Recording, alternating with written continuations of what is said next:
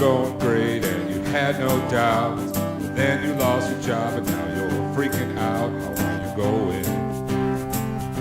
Hello, everybody. Welcome to the Gary And Crystal. Show.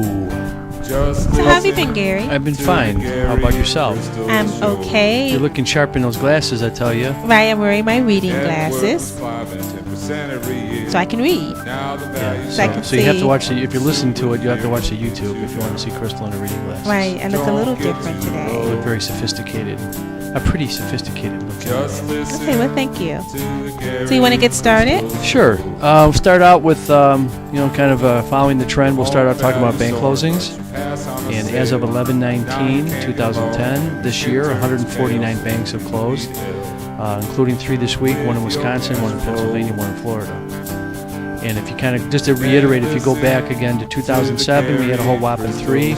2008, 25, 2009, 140. This year, 149, and we still got 6 weeks to go. So it's still, it's still cooking. Right, Not a good sign in my book. I right, don't like that. right. So Crystal also gave me a quiz, and she said, "Gary, do you know which 4 states had the most bank closings?" And I took a guess, and then I guessed 2 of them, 2 out of the 4, and she put the article here for me. Actually, Florida had the most this year with 27, followed by Georgia and Illinois, which had 16, California 10. Now, this is an article that was published on October 22nd, so, it's not 100% accurate, but, it's pretty close to it.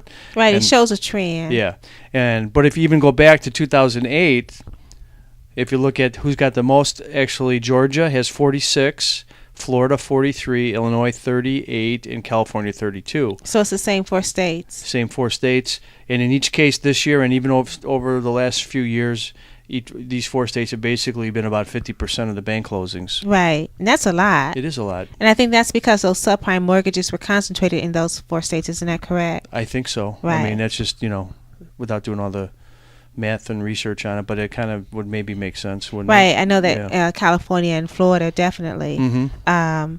In Illinois, I know we had quite a bit of that going on too as well.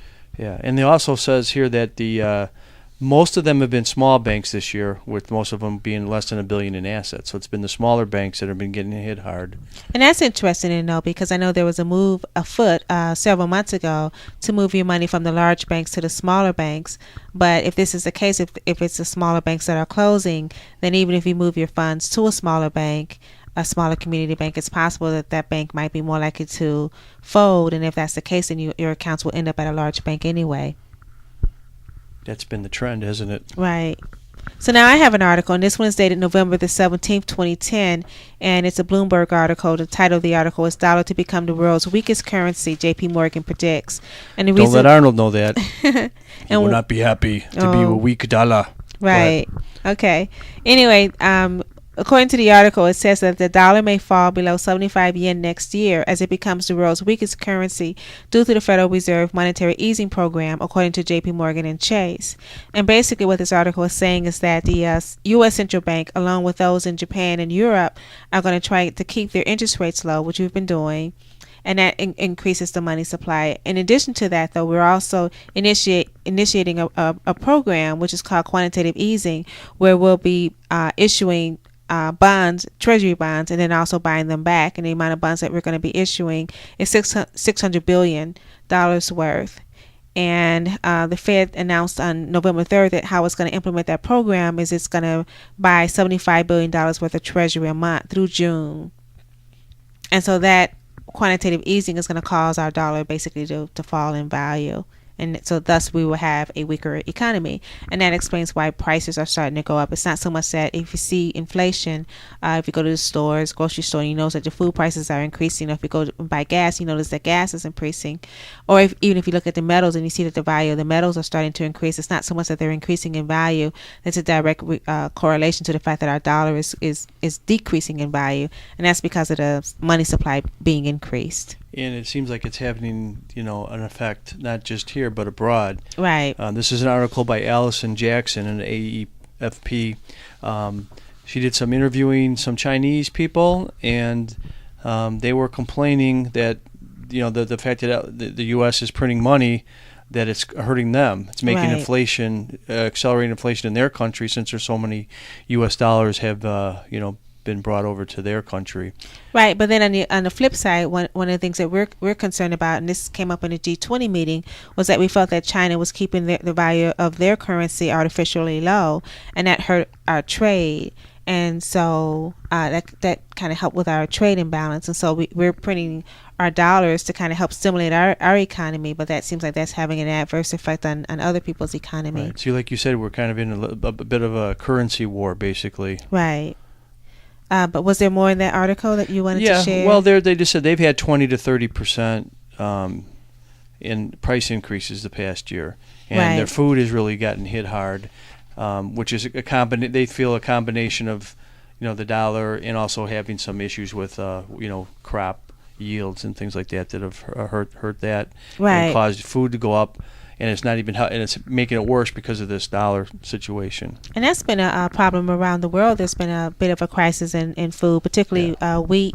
There's been just a lot of crop failures, not only in Russia because of all the fires that they had during the summer, but then just been a lot of flooding and the tsunami and the volcano in Indonesia. I think that really affected their crops as well. So I could easily see that we're going to have a period where food prices might start to escalate, particularly in the area of the grain. So some of the inflation may be because of our quantitative easing, but a part of it might also just be a product of supply and demand. Right.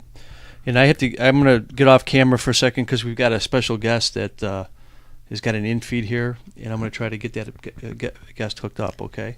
Okay, sure. So you can do your next article. Okay, so I have an article, and this is the World Trade Organization warns against, and this is what Gary and I had just talked about a few moments ago, about there being a currency war. And this article was dated November the 19th.